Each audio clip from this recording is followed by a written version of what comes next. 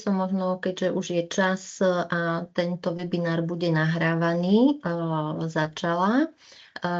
Prihlásil sa aj pán ataše Thomas Perrin, prihovorí sa vám po anglicky a potom budeme pokračovať webinárom. Thomas, je te laisse la parole.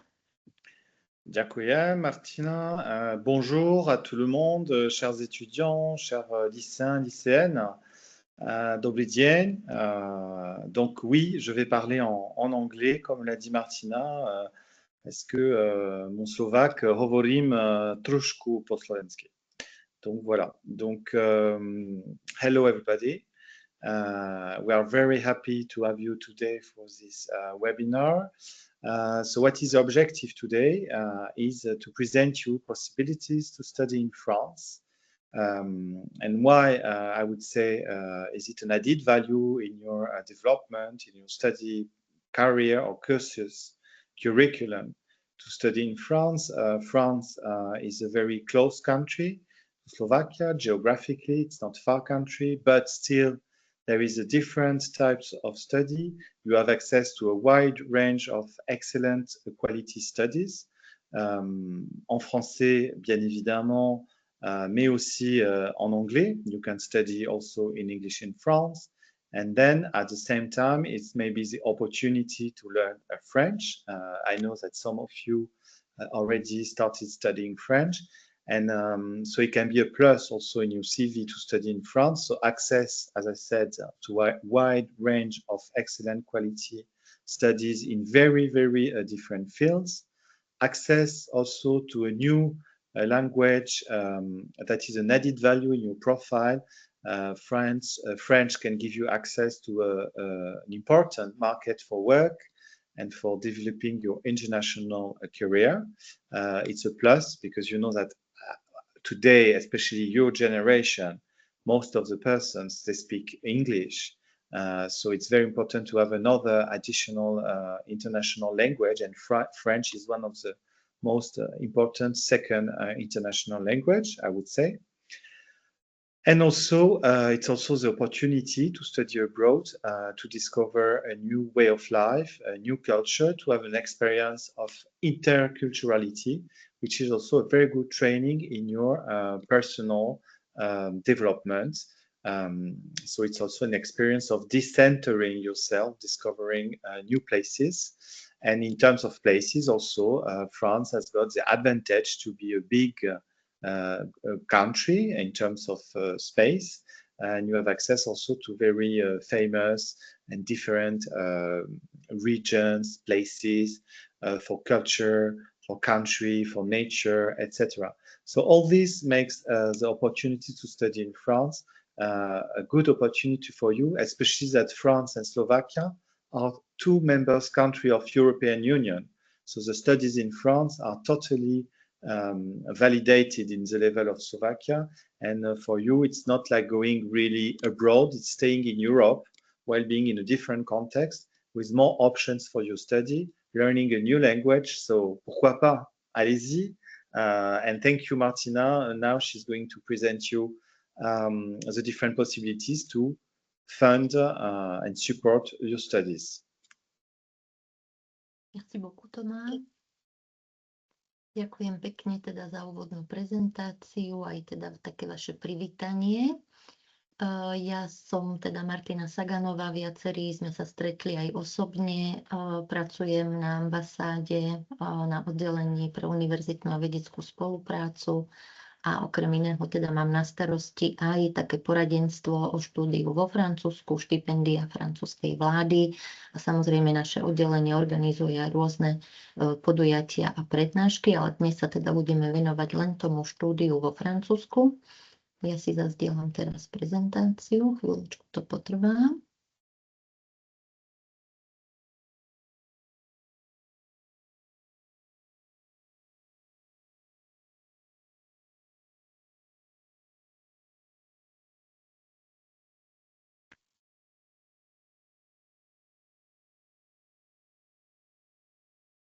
No, tak ja predpokladám, že vidíte, hej, prezentáciu, keby mi niekto potvrdil, či je vidieť v poriadku. Áno, je to v poriadku, vidíme, ďakujem. Len pekne. Takže v úvode by som predstavila agentúru Campus France, ktorá má na starosti propagáciu štúdia vo Francúzsku, takisto poradenstvo teda zahraničným študentom a zároveň má na starosti aj všetkých štipendistov francúzskej vlády. Takže my u nás na Slovensku sme takou malou pobočkou a v každej krajine je také zastúpenie. Čiže na stránke vidíte, že ten prvý link je webovská stránka agentúry v Paríži, v centráli, a my máme takisto takú slovenskú mutáciu tejto webovskej stránky, ktorá je prispôsobená slovenským študentom, takže nepreberá informácie napríklad ohľadom víz alebo nejakej platformy Etudes en France, ktorá sa netýka krajín Európskej únie. Je to úplne iná procedúra pre prihlasovanie sa na vysoké školy. Takže tam nájdete takisto praktické informácie o štúdiu vo Francúzsku, ohľadom ubytovania, toho praktického života vo Francúzsku, kontakty na nás a takisto vyhľadávače na štipendia, o ktorých budeme podrobnejšie hovoriť aj dnes.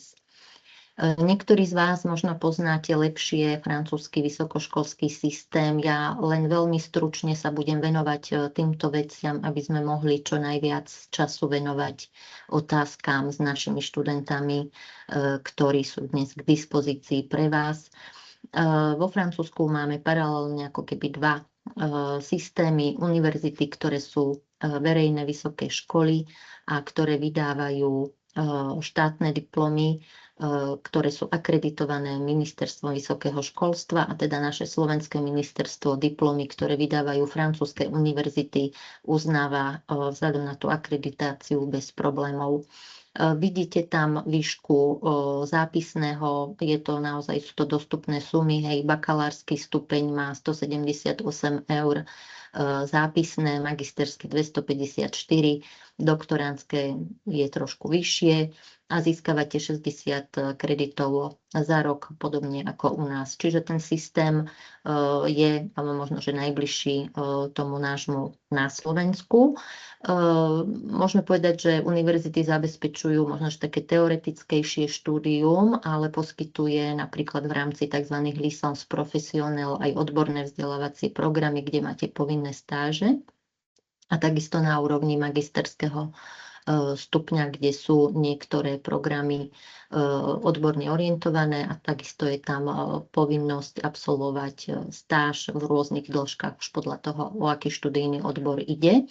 Takže aj na tých univerzitách máte ako keby to odborné vzdelávanie zabezpečené, ale Grandes Écoles sa viac špecializujú na niektoré odbory, napríklad móda, modný dizajn, umelecké školy, sú tam, ja neviem, niektoré netradičné študijné odbory ako tvorba videohier a podobne. Všetko, čo je business school, teraz mi tak ani nenapadne ďalší odbor, ale samozrejme gastronómia, cestovný ruch, takže veľa týchto škôl sú v tej kategórii skôr tých Grandes Écoles a častokrát ide o súkromné školy, ktoré samozrejme musia z niečoho žiť a tým pádom je tam vyššie školné v porovnaní s tými univerzitami, ale takisto tam máte 60 kreditov za každý rok a diplomy sa nazývajú podľa toho anglosaského systému, hej, skôr tam ide o tie bachelor programy a tam treba dávať pozor, lebo tieto školy vydávajú diplom d'établissement, ako keby svoje diplomy, ktoré sú skôr na úrovni certifikátov a teda získaných kompetencií. A nie vždy ide o diplom nacionál. Hej. Niektoré programy si tieto školy dajú akreditovať a vtedy tam uvidíte túto ikonu vpravo, diplom visé et contrôlé par l'État. Hej. To znamená, že tá škola si dala tú námahu, že prešla nejakým tým akreditačným systémom cez to ministerstvo vysokého školstva a takýto diplom potom nie je problém vám uznať na Slovensku. Nebudem sa tomu viac venovať, potom webinári, ak niektorí z vás by ste mali záujem práve o tento druh školy a neboli by ste si istí, či ten diplom alebo ten študijný program, o ktorý máte záujem, je v tejto kategórii, tak môžeme sa potom na to bližšie pozrieť. Možno, že výhoda týchto škôl je, že sú viac prepojené na ten svoj priemysel, na to svoje odvetvie, dajme tomu cestovný ruch, spolupracuje s hotelmi a reštauráciami. Tí študenti v programe samozrejme absolvujú nejaké povinné stáže a môže sa tam nájsť aj program v takej tej duálnej forme, volá sa Analternance alebo Anapprentissage. A to znamená, že študent aj pracuje, aj študuje a za tú prácu získava nejakú finančnú odmenu. Tie schémy môžu byť rôzne, buď ten podnik priamo uhradí školné, alebo teda študent poberá nejaký mesačný plat a z toho si hradí časť nákladov alebo časť toho školného. Niekto možno, že aj celé, hej, už podľa toho, že v akej výške tá škola si ho stanoví. Čo sa týka zápisu na univerzity, tak už možno, že ste aj prišli na to, aj ste si pozerali nejaké informácie, možno ste si vyhľadávali študijné programy cez platformu Parcoursup. Tá je vlastne otvorená teraz od januára a do nejakého, už presne ani neviem, či 12. alebo 13. marca si musíte vytvoriť konto, ponahadzovať osobné údaje, informácie o vašich stredných školách, študijných výsledkoch, napísať motiváciu a vyberáte si študijné programy a univerzity v tzv. Volajú to hej, je to vaše želanie, hej, že kde chcete ísť. V rámci teda rôznych diplomov, ktoré vo Francúzsku existujú na úrovni prvého ročníka, alebo teda na tých univerzitách máme nejaké licence, ale vo Francúzsku existujú aj, u nás sú to skôr nadstavbové pomaturitné vzdelávacie programy, tzv. BTS programy, prípravky na tieto Grandes Écoles, hej, dvojročné. Niektoré tie business school robili nábor až od 3. ročníku, čiže ako keby 2 roky tej vysokej školy boli v nejakej prípravke a potom si dorábali 3, čiže neboli to, že 3 roky bakalár a 2 roky magister, ale ako keby 2 roky bakalár a 3 roky magister. Hej, keby som to len priblížila, ale čoraz viac sa odstupuje od tých prípraviek, boli dosť náročné a robia nábor do tých magisterských programov aj od študentov, ktorí začali, dajme tomu, bakalárske štúdium na univerzite. Ja sa ospravedlňujem, ak budete počuť nejaké zvláštne zvuky, lebo asi práve začal na Hlavnom námestí nejaký koncert, s ktorým som nerátala, tak dúfam, že nás to nebude môcť vyrušovať. Vrátim sa k tej platforme, čiže do toho nejakého 12. marca máte možnosť teda si voliť tie študijné programy. Keď si, neviem, či to dobre vidíte, ale vpravo je taký filter z toho Parcoursup. Vy si tam viete zvoliť, či chcete ísť teda na verejnú školu, aby ste sa vyhli poplatkom na súkromných školách. Všetko závisí od toho, že aký študijný program si vyberiete. Hej, dajme tomu medicínu, ani nemôžete študovať niekde inde ako na univerzite, alebo je to už len nejaký taký študijný odbor, ktorý vám nedá vo Francúzsku diplom a právo vykonávať lekárske povolenie. Čiže čo sa týka medicíny, vo Francúzsku sa dá absolvovať len vo francúzskom jazyku a len teda na univerzite. Takže niektoré programy sú kvázi jasne dané, ale v niektorých odboroch podľa tých finančných možností, aké budete mať, si môžete teda v tom filtri zvoliť študijné programy v závislosti od tých finančných možností.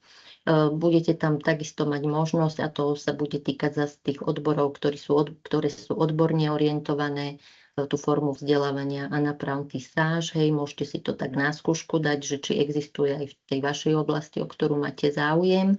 No a videla som, že sú tam aj niektoré veľmi špecifické študijné odbory, ktoré možno, že nebudú existovať na úrovni bakalárskeho štúdia až na úrovni magisterského a možno, že to bude častokrát v rámci teda nejakých špecializovaných škôl, ktoré nebudú vydávať štátne diplomy, ale skôr tieto certifikáty o získaní nejakých odborných kompetencií a zručností. Hej. Takže to by sme potom tiež tak separátne prešli. No a v tom marci ešte po tom 12.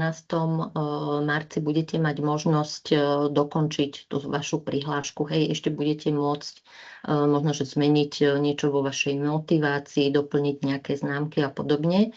No a v apríli sa to potom uzavrie, bude sa to rozposielať na univerzity a tie budú mať nejaký čas do toho začiatku júna sa vyjadriť teda k tým jednotlivým prihláškam. Ten systém je nastavený tak, že vy samozrejme máte nejaké prioritné školy, kde by ste sa kvázi ako chceli prioritne dostať a možno, že tá sa nevyjadri ako prvá. Takže budete tam mať v rámci systému možnosť ako keby odpovedať, že ešte čakáte na inú odpoveď. Tým pádom daná škola, ktorá už sa vyjadrila, dajme tomu, že vás prijala, bude čakať na to vaše záväzné rozhodnutie. Takže nebudete nútení hneď odpovedať prvej škole, ktorá zareaguje pozitívne. Ešte sa vrátim k tomu Parcoursup.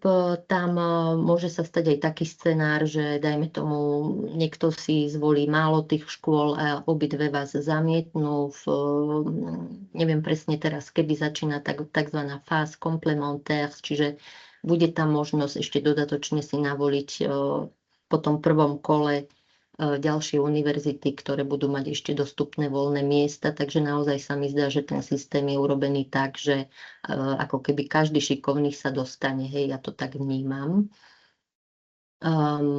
Neviem, či medzi nami máme aj niekoho, minimálne jeden, viem, že pôjde do anglického programu, ale ten už vie, že do ktorého, ale keby teda niekto, dajme tomu, rozmýšľal, že pôjde do anglického programu. Mali sme aj taký prípad dokonca z bilingválnej sekcie z Banskej Bystrice. Študentka si vybrala radšej anglický program, aby nestratila svoj úroveň angličtiny a tým, že bola vo Francúzsku, tak sa nebala, že stratí úroveň francúzštiny.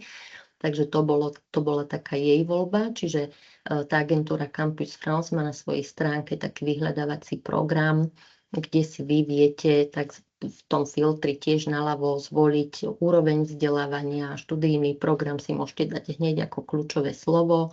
Je dobre si tam zatrhnúť National Diploma, to je práve to, čo som spomínala, aby ste sa vyhli tomu, že sa prihlásite do nejakého programu, ktorý bude drahý a navyše potom by ste získali len certifikát namiesto štátneho diplomu. Takže tuto vidíte na obrazovke také tie 6-uholníky, v ktorých je napísané, že ide o diplom contrôlé visé par l'État a tým pádom si môžete byť istí, že teda ide o akreditovaný študijný program. Tak ako som povedala, ak by ste si neboli istí, či je váš študijný program v poriadku, môžete mi zaslať link, my to vieme teda nejakým spôsobom preveriť, dohľadať tie informácie, alebo sa môžete priamo opýtať tej školy, tej univerzity, či ide o štátny diplom, aby ste sa uistili, že nebude problém s jeho uznaním aj teda na Slovensku alebo v iných krajinách. Hej, už neviem, aké sú potom vaše plány do budúcna v závislosti od toho. Teraz, čo sa týka tých nákladov na život vo Francúzsku, spomínali sme teda tie výšky za jednotlivé stupne štúdia. Ja sa ospravedlňujem, nejak som si nevšimla ten rok 2019, takže tieto údaje sú z školského roku 2025-26, takže sú aktuálne. Takže pre vás by ich teda, ak by ste išli na univerzitu, tak by ste platili len tých 178 eur. Ale v roku 2018 zaviedli, keďže prihlasovanie do tzv. Sécurité sociale, čo by sme nazvali ako nemocenské poistenie, dali to zadarmo, už sa za to neplatí, tak zaviedli, aby vykompenzovali túto stratu, taký poplatok CVUC a v podstate slúži na také ako keby športové a kultúrne vyžitie tých študentov. A aktuálne je to nejakých 105 eur. Hej, takže k tým 170 eurám pri prihlasovaní, keď sa budete zapisovať, teda pri tom administratívnom zápise už na univerzitu, ktorá vás príjme, budú od vás pýtať ten poplatok tých 178 eur a 105 eur za tú CVUC.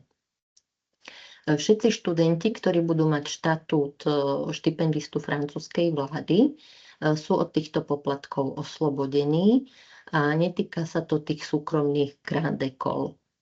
Takže tam tie poplatky, nebudem to volať zápisné, ale školné, tak to bohužiaľ ten študent bude musieť hradiť, aj keby mal štatút štipendistu francúzskej vlády. Študenti zo Slovenska, ako študenti teda z Európskej únie, tak ako francúzski študenti majú nárok na príspevok na ubytovanie, bude aj v samostatnom slajde potom podrobnejšie spomenutý a všetky zľavy študentské sa takisto budú vzťahovať aj na vás ako na francúzskych študentov. Ťažko sa mi odhadovali tie náklady na život Paríž a mimo Paríža. Všetko záleží, že aké ubytovanie sa vám podarí získať. Častokrát ide o ten spoločný podnájom. V tom Paríži takisto, že v akej štvrti sa budete nachádzať. Mali sme tam nejakých štipendistov, ktorí boli mimo internátu, čiže boli v takom spoločnom podnájme a platili nejakých 800 eur za tú izbu a to už bolo pár rokov dozadu, takže možno, že teraz by to bola aj tá 1000 len za to ubytovanie. No a na tú stravu zase sa mi zdá, že sa tam dá naozaj zmestiť do tých 300 eur mesačne. Všetko tiež záleží, že kde sa ten študent stravuje, ale v tých jedálniach univerzitných je to naozaj porovnateľné s cenami na Slovensku. Štipendisti, ktorí mali sociálne štipendium, dokonca platili len 1 euro v týchto študentských jedálniach. Takže naozaj ten sociálny systém tam bol ako taký veľmi, ako to nazvať, pozitívne naladený, hej, voči tým, ktorí nemali tie financie na štúdium. Rôzne úľavy tam boli k dispozícii. No a mimo Paríža, takisto, keď by ste bývali v súkromí, hej, tak to ubytovanie môže byť aj tých 500 eur mesačne, záleží, či ste vo väčšom meste alebo v menšom. My sa budeme tak v ďalšom slajde venovať aj sociálnemu štipendiu a internátom, ale keďže tuto teraz spomíname to ubytovanie, tak na internát bohužiaľ máme nárok až po 1. roku štúdia vo Francúzsku. Preto ten prvý rok je finančne ako keby najnáročnejší, lebo ešte nemáme nárok na tie internáty. No a otázka teda toho financovania, ako si vykryť tie financie. Samozrejme sú študenti, ktorí, ja neviem, chodia na letné brigády alebo pracujú popri škole nejaké rôzne brigádnické činnosti a odkladajú si peniaze na to štúdium. Sú takí, čo majú rodičov, ktorí si to kvázi im vedia zaplatiť a sú takí, čo pracujú vlastne popri štúdiu v tom Francúzsku. No a je zo pár výnimiek, ktorí teda majú aj nejaké štipendium. Naše oddelenie ponúka štipendium ako keby na všetky 3 stupne vzdelávania, ale bohužiaľ teda nie je tých štipendií veľa. Na to bakalárske štúdium aktuálne je vo výške 615 eur mesačne a bohužiaľ sú teda len 2 štipendia na celé Slovensko. Ale je to skôr výnimočná situácia. Naozaj všetky tieto ambasády, ak si pozriete stránky zahraničných ambasád, napríklad Česká republika nedáva štipendia ani na magisterské stupne, len doktoráty financuje a vedu a výskum. A bakalársky, ja neviem, či sme nie jediná krajina, ktorá dáva štipendium na bakalársky stupeň, s tým, že my sme chceli práve pomôcť študentom, ktorí z bilingválnych sekcií sa rozhodnú ísť do Francúzska hneď od 1. ročníka a na to sociálne štipendium majú nárok až po 1. roku štúdia. Takže aby preklenuli ten 1. rok, tak sme zaviedli toto kofinancované štipendium. Kofinancované je preto, lebo plná výška štipendia je tých 860 eur mesačne a keďže Aktuálne ho nevieme dať nižšie. Hej. Ministerstvo zahraničných vecí nám teda prikázalo, že najnižšia suma je 615 eur. Minulý rok to bolo 470. Takže niektorí študenti sa potešili, že teda je to štipendium vyššie, len je to zase taká dvojsečná zbraň, že čím vyššie štipendium, tak tým menej prostriedkov my vlastne máme a menej štipendií vieme udeliť, lebo skrátka sa tie prostriedky nenavyšia, len sa prerozdelia týmto spôsobom. Na magisterský stupeň buď financujeme celé 2 roky, master jednotku aj master dvojku vo výške 615 eur, alebo ak si niekto požiada len tú master dvojku, tak tam, aby sme ich ako keby že uprednostnili, tak majú možnosť získať štipendium v plnej výške. Nejaký piatak študent na Slovensku, ktorý je v poslednom ročníku, si podá žiadosť o na Master 2 štipendium. Takže v čase, keď nastupuje do Francúzska, už má slovenský diplom a s týmto štipendium získa vlastne francúzsky absolventský diplom za rok, lebo teda tá francúzska univerzita mu uzná tie 4 roky alebo teda celé štúdium na Slovensku. Oni budú mať v podmienkach na prijatie, že do master dvojky môže byť prijatý študent, ktorý má master jednotku alebo jemu ekvivalentný diplom. Takže ako keby mu to uznali, to štúdium na Slovensku, samozrejme musí to byť v nejakom príbuznom odbore a vlastne za ten rok získa francúzsky absolventský diplom a nemusí si platiť štúdium 5 rokov vo Francúzsku, dostane sa k tomu absolventskému diplomu za 1 rok, ešte aj so štipendiom a v životopise má aj diplom Slovenskej univerzity, aj Francúzskej univerzity. Takže to je možno, že taká výzva pre tých, ktorí, že čo sa týka tej finančnej situácie, váhajú, že či do toho Francúzska ísť alebo nie. Výskum a veda možno, že len tak naozaj okrajovo, ak by niekto chcel pokračovať ďalej vo vede a výskume, tak udelujeme štipendia aj na tzv. Dvojité doktoráty. Je to výborný nástroj na spoluprácu, lebo sú aspoň 3 roky kvôli tomu doktorandovi do spolupráce zapojené Slovenská univerzita s francúzskou, takže ten doktorand je zapísaný aj na Slovensku, aj vo Francúzsku. 6 rokov je na Slovensku, 6 mesiacov je na Slovensku a 6 mesiacov vo Francúzsku a získa po absolvovaní diplom PhD aj Slovenskej univerzity, aj francúzskej, čiže má za 3 roky 2 PhD diplomy. Vo Francúzsku sa tieto doktoráty volajú co-tutelle de thèse a výška štipendia je aktuálne tých 1770 eur. No a potom sú tam krátkodobé pobyty, keby ste proste boli v budúcnosti na doktorandskom štúdiu a len si chcete vo Francúzsku posunúť svoju doktorandskú prácu, trošku nájsť nejaké materiály alebo urobiť nejaké technické výskumy v laboratóriu, ktoré, dajme tomu, nie je na Slovensku vybavené tak, aby sa dali tie testy urobiť, tak je možné získať štipendium za týmto účelom. To je v dĺžke 1 až 3 mesiace, ale teda pre vás je to možno ešte veľmi ďaleko.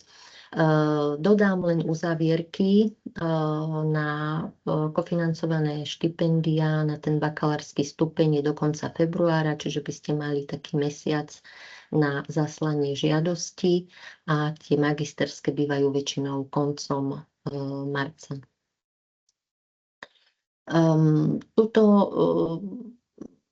Tento slajd je venovaný teda tým sociálnym štipendiám. Ako som spomínala, študenti z Európskej únie, čiže nielen Slováci, ale aj ostatné krajiny EÚ, majú nárok na sociálne štipendium po 1. roku štúdia vo Francúzsku.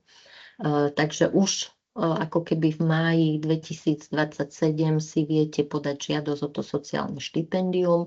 To sa odvíja od výšky príjmov rodičov, čiže budú pýtať od vás doklady o príjmoch za poviem, že 2 roky dozadu, hej, čiže 2027 si budete podávať žiadosť a budú pýtať informácie o príjmoch z roku 2025.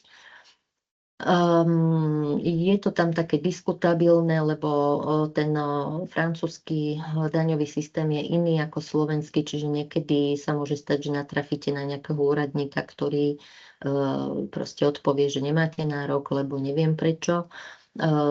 Mám nejakých slovenských študentov, ktorí ma kontaktovali ohľadom nejakých vecí podľa tých výpočtov, ktoré si robili sami, by mali mať nárok. Krúz im to zamietol. Takže samozrejme my môžeme tiež poskytnúť nejakú oporu.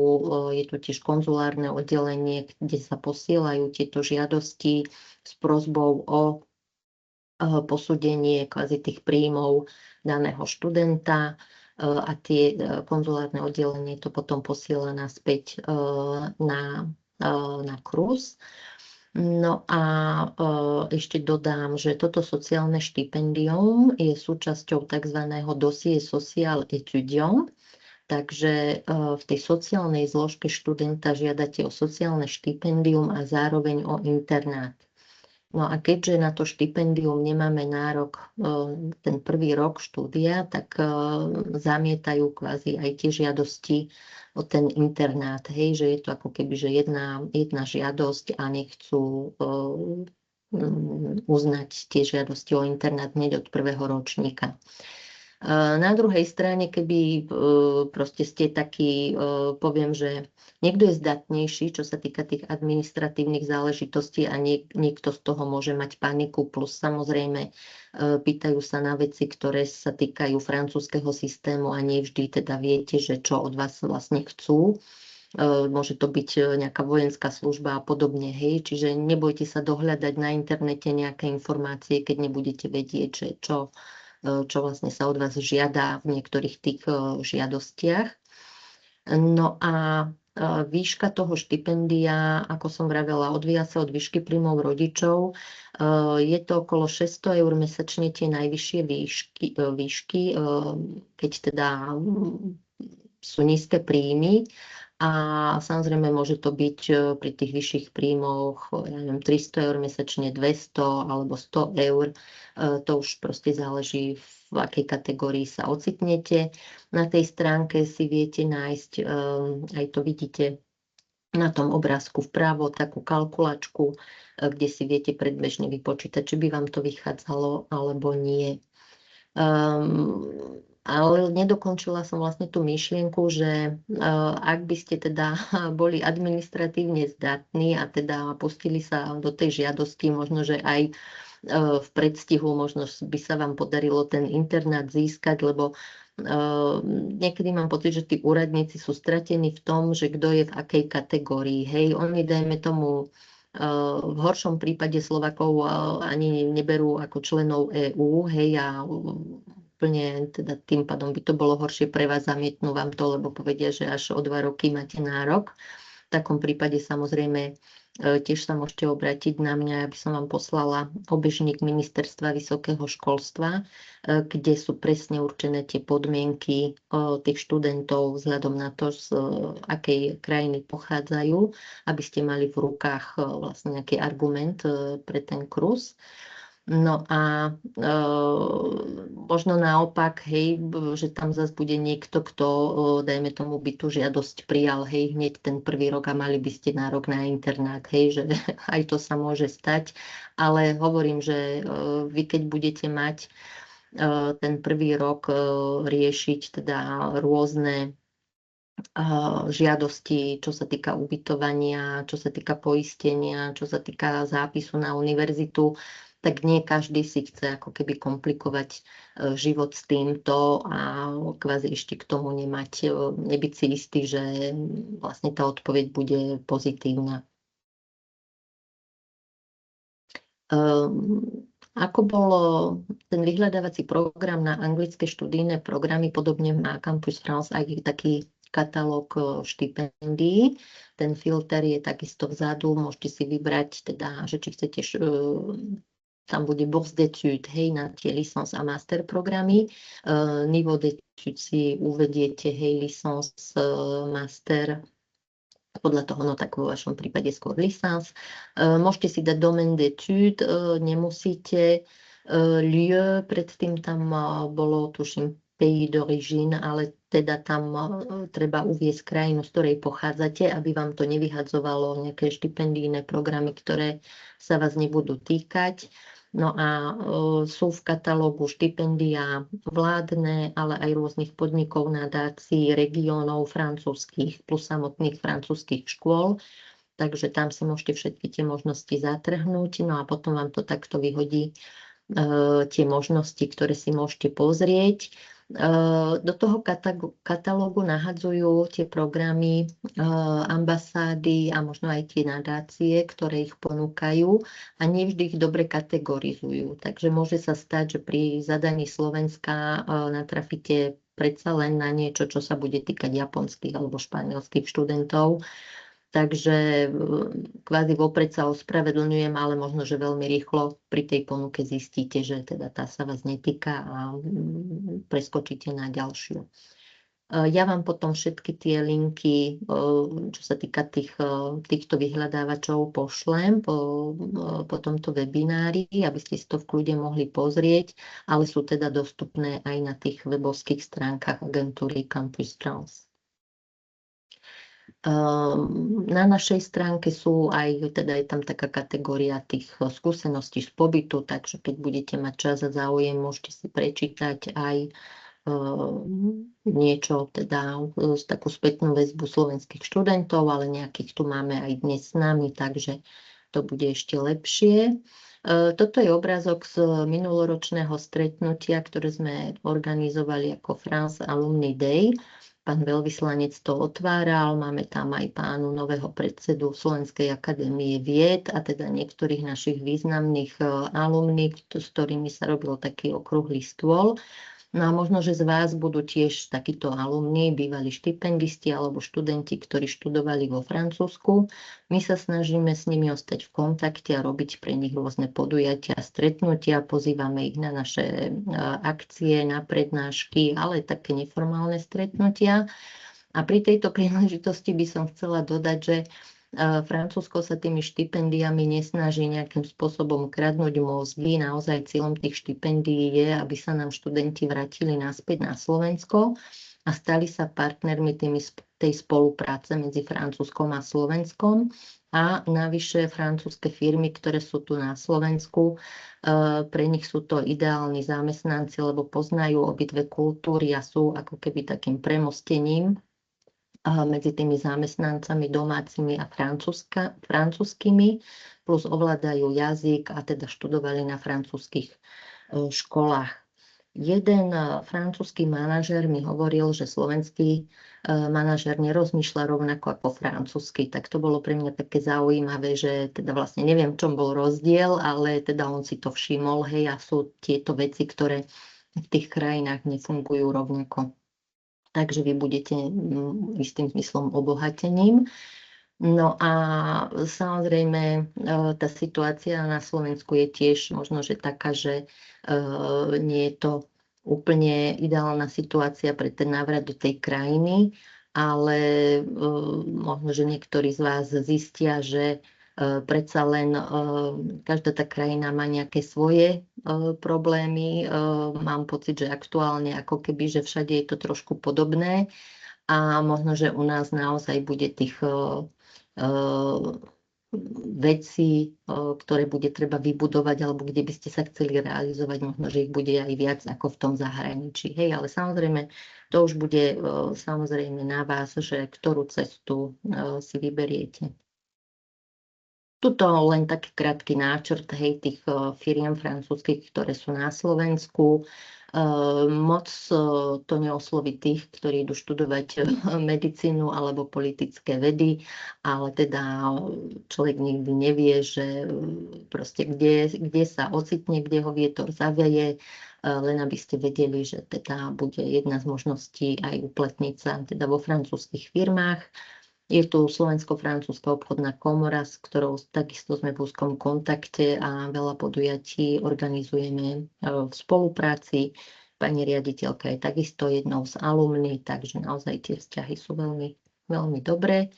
No a v závere teda kontakty na mňa, ktoré v podstate sú na internete dostupné. Snažíme sa všetky tie podujatia, informácie o štúdiu vo Francúzsku zverejňovať aj na našich sociálnych sieťach. No a donedávna sme participovali aj na veľtrhu Gaudeamus, ale vzhľadom na teda naozaj dosť vysoký poplatok pre tých vystavovateľov sme teda sa rozhodli, že radšej budeme navštevovať školy a robiť propagáciu takú cielenejšiu alebo prostredníctvom týchto webinárov. Takže ja by som týmto ukončila tú prezentáciu. Priestor na vaše otázky. Momentík. No, opýtam sa Laury a Marka, že či sú pripojení a pripravení na vaše otázky.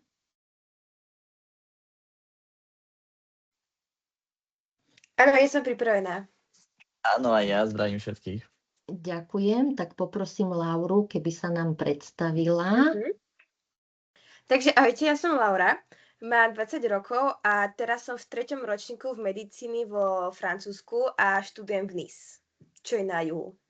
A ešte sa spýtam, strednú školu si mala na Slovensku? Áno, ja som bola vlastne v Bratislave a to bola francúzska škola v Olsišti. Nebola to metodová, ale tam v Olsišti francúzska škola. Francúzska medzinárodná škola Áno, v Bratislave, áno, oficiálny názov. Ďakujem. Marko? Áno, to ja pozdravím každého. Ja som teda v Paríži na Sciences Po, na parížskom kampuse na prvom roku. Mám tiež 20 rokov. A ja som mal teda strednú školu v Dunajskej Strede a teda slovenskú klasickú, teda aj maturitu mám iba klasickú slovenskú. Ďakujem veľmi pekne. Ja by som poprosila študentov, ktorí sa chcú niečo opýtať našich hostí, aby teda zdvihli ruky, aby sme sa neprekrikovali nejakým spôsobom. Ak nebudete mať otázky, budem sa pýtať ja.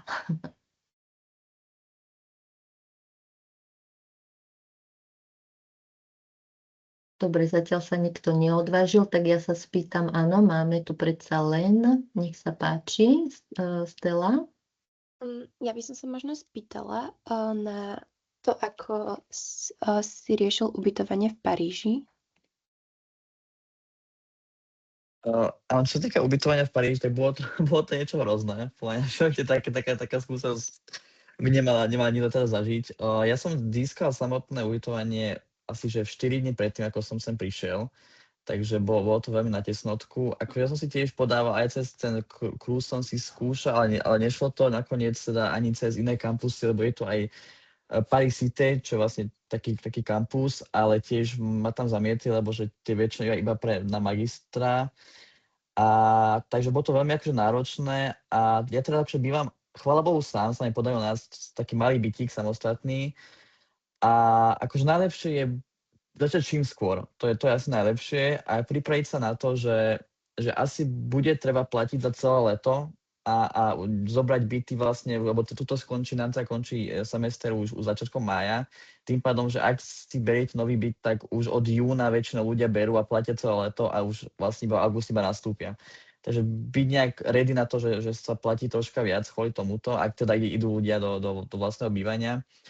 Ale zároveň neviem teda, kam sa chystáš, alebo chystáte na školu, ale určite sa ozvať škole, lebo nám teda na Sciences Po viacerí spolužiaci kamaráti mi hovorí, že boli veľmi ochotní sa buď skontaktovať so samotným krusom, alebo všeobecne aj nájsť nejaké školské byty. Takže závisí, aká škola to je, ale čo sa týka Sciences Po, tak viem, že ak sa jednalo o urgentnú situáciu, tak boli ochotní pomôcť a do pár dní teda našli niektorým študentom fakt dobré byty. Ďakujem. A presne tam nefunguje, lebo ja som vlastne viacerí hovorili, že sú na súkromných intrákoch, že či akože spolužiaci, alebo tak nie sú na takých. Akože áno, súkromné intráky, to som moc taký, akože sú byty, akože shared byty, väčšinou to je to, do čoho idú ľudia. Takže ale to funguje, ceny sa pohybujú, akože zdá sa aj dobré ceny, tuším, že od 600 eur už sú nejaké dobré byty v centre, ale privátne. Problém je to, že aj keď sú tieto intráky, tak sú veľmi ďaleko z centra Paríža a teda pre mňa na Sion spojí v centre, tým pádom niekedy to bolo, že 2 hodiny sa dostať z nejakého intráku, čo je dosť nevýhodné, keď máte ráno 8 hodinu. Takže práve preto som to riešil takto skôr cez to súkromné ubytovanie, lebo ak ho začne skoro, tak je možnosť nájsť aj samostatné byty akože pre jedného človeka už od 600 eur, len treba mať šťastie, no. Ok, ďakujem.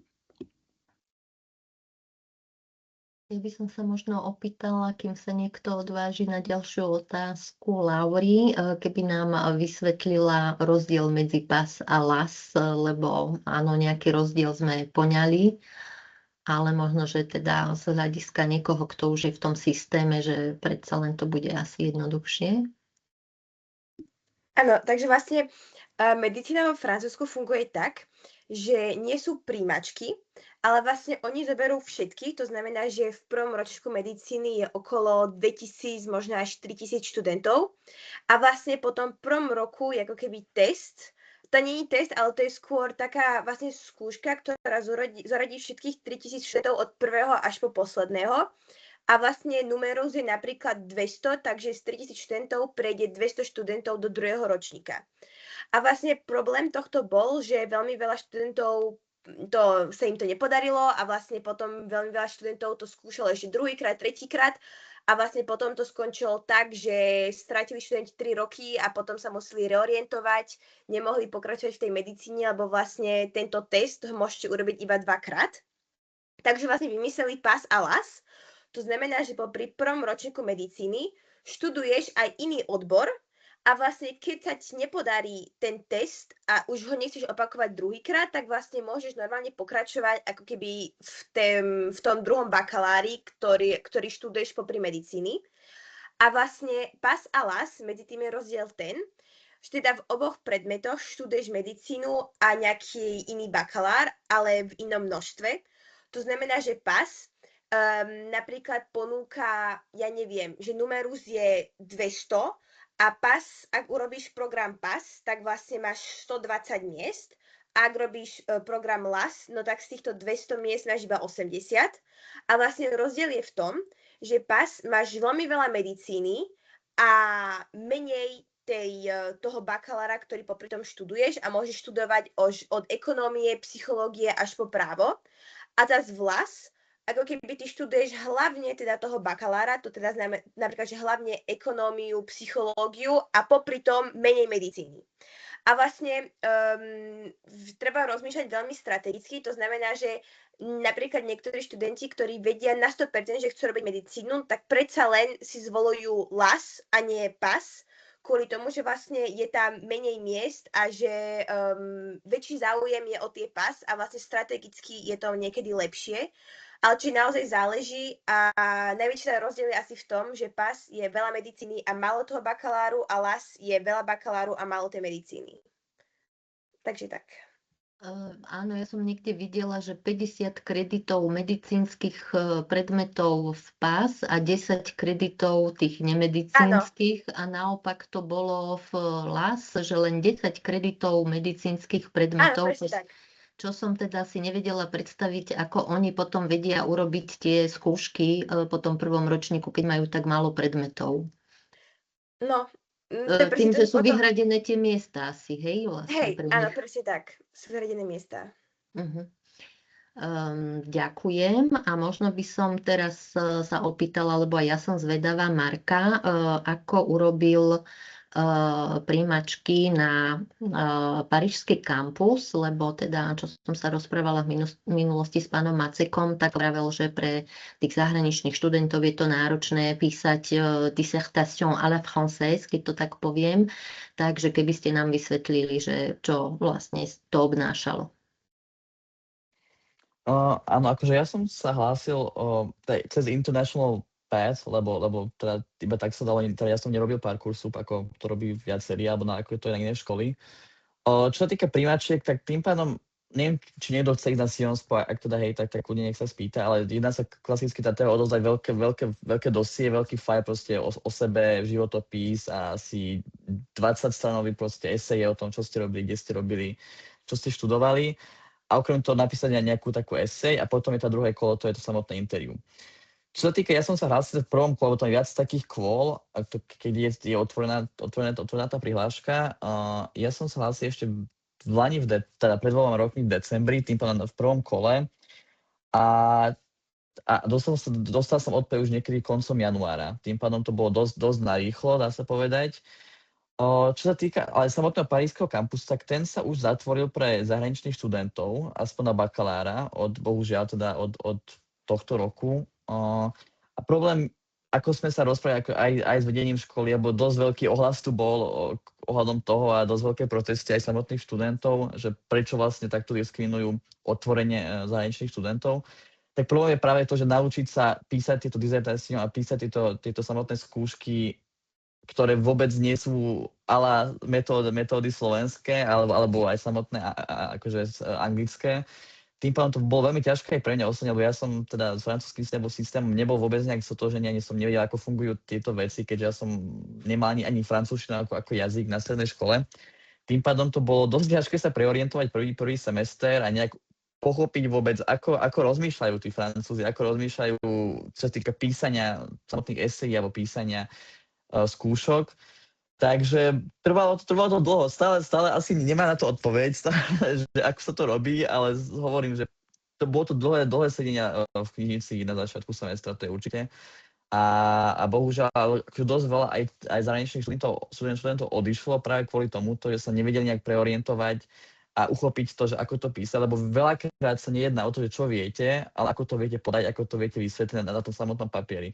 Že ak vy fakt nesledujete tú samotnú štruktúru, ktorá je daná, tak môžete mať super znalosti a super dobré dátumy, citácie, ale keď to neviete dať do tých bodov, ako to oni chcú vidieť, tak automaticky failujete tú samotnú skúšku. Takže je to bohužiaľ realita, ktorá je na Sciences Po hlavne, teda ako som počul. Tam by som sa ešte k tomu vrátila špeciálne k tým dizertáciám, ale keby ste mi približili ešte, ako prebiehal ústny pohovor.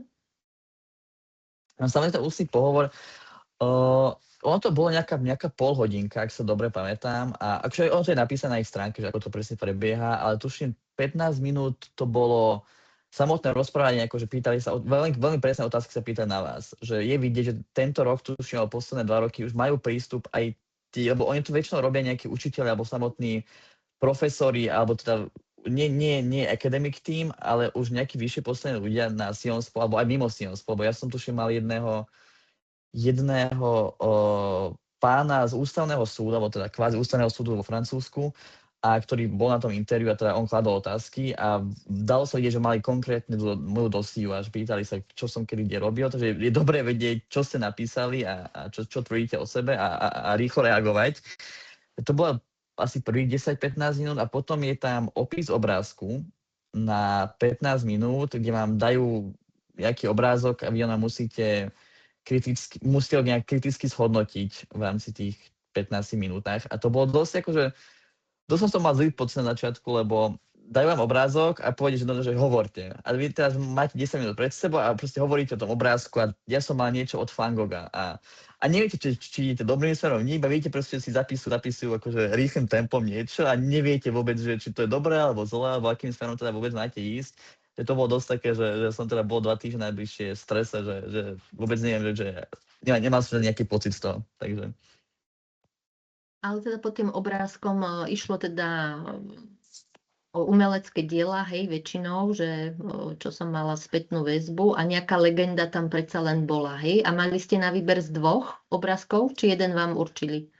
Áno, bol na výber 2 obrázky, ale hovorím, že jeden, sa nepamätám, čo tam bolo presne, ale presne väčšinou viacej hovorí, že niektorí tam mali dosť dobré obrázky, čo týka politických vied, nejaké skutočnosti alebo nejaké fakty. Tým pádom je dobré si prejsť nejaké základné fakty, hlavne teda na taký kampus, aký sa hlásite, že viem, že tu sa hlási na Reims, tak tam mali, tak veľmi často objavili fotky nejakých bývalých amerických prezidentov, alebo napríklad z revolúcie alebo občianskej vojny a podobne. Je dobré vedieť nejaké fakty, ale inak hovorím, že niekedy to padne takto náhodou na nejaké umelecké obrázky od hocikoho a vtedy musíte variť s vodou. No? Ďakujem pekne. Neviem, či som položila otázku, ktorú chcela položiť Emka Kuchárková. Už nevidím zdvihnutú ruku. Ja som sa chcela opýtať Marka ohľadom spokojnosti s tým prvým rokom na Sionspo, či to splnilo očakávania, alebo že či to je teda horšie, ako si čakal, prípadne lepšie. Pre mňa osobne, no ja som sa hlásil, pre mňa bola osobne Sionspo na prvom mieste, kde som chcel ísť, ale iba v prípade, že by to bol parísky kampus, lebo ja som mal druhú voľbu v Ramsey, ale ja som vedel, že ja chcem ísť do veľkého mesta, že to bola asi v mojej hlave taká veľká kondícia, preto som sa hlásil aj do Londýna na UCL a takisto aj sem do Paríža. Aj tým pádom, že keďže UCL a anglicky veľmi drahé, tak voľba bola jasná na ten Paríž a neľutujem, akože bolo to veľmi namáhavé, že hlavne ten začiatok a hovorím, ako sa preorientovať na ten systém, ako to tu vlastne funguje a tým pádom, že po anglicky tu nehovorí skoro žiaden profesor ani učiteľ, čo sa týka na bakalárskom stupni, že je to veľmi, veľmi zriedkavé. Takže je to ten samotný taký šok z toho, ako prejsť na ten francúzsky systém, ako vlastne písať tie veci a čo sa naozaj učiť. Že nie je to ten slovenský systém, kde je presne dané, čo sa musíte učiť a máte k tomu nejaké zdroje, ale reálne proste pochopiť to, ako ten systém funguje a podobne.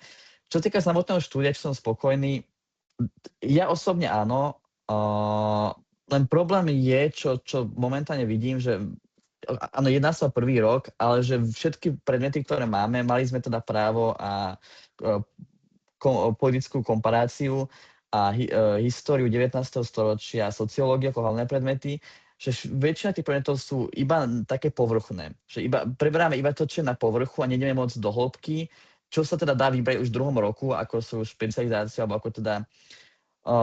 ako svoj major. Takže uvidíme, aký to bude v druhom roku v tomto. Takže jediná vec, čo by som asi vytkol, že keď niekto naozaj vie, že chce ísť napríklad že do práva, tak radšej ísť na ten Sorbonne, na ten Panthéon Sorbonne a orientovať sa iba na to právo. Ale keď človek chce ísť do politických vied, tak určite na Sciences Po. Takže ja osobne neľutujem a ani ten samotný ten Paríž neľutujem, lebo hovorím, že ako som prichádzal sem, podľa mňa takou z B1, B2 možno niekde francúzštinou, tak to bol obrovský šok a ako som odchádzal v decembri na prázdniny domov, tak to bolo neporovnateľné s tým, ako som prichádzal. Tým pádom, aspoň z tejto stránky to je pre mňa fakt, že obrovské plus, že som sa učil, alebo naučil, alebo učím sa po francúzsky a využívam ten jazyk každodenne, takže to je za mňa osobne veľký plus. Ďakujem veľmi pekne. Ja by som sa spýtala, máme tu niekto z bilingválnej sekcie, niekoho z bilingválnej sekcie, kde preberajú tie disertácion, že ako sa píšu? Áno, ja som Natália?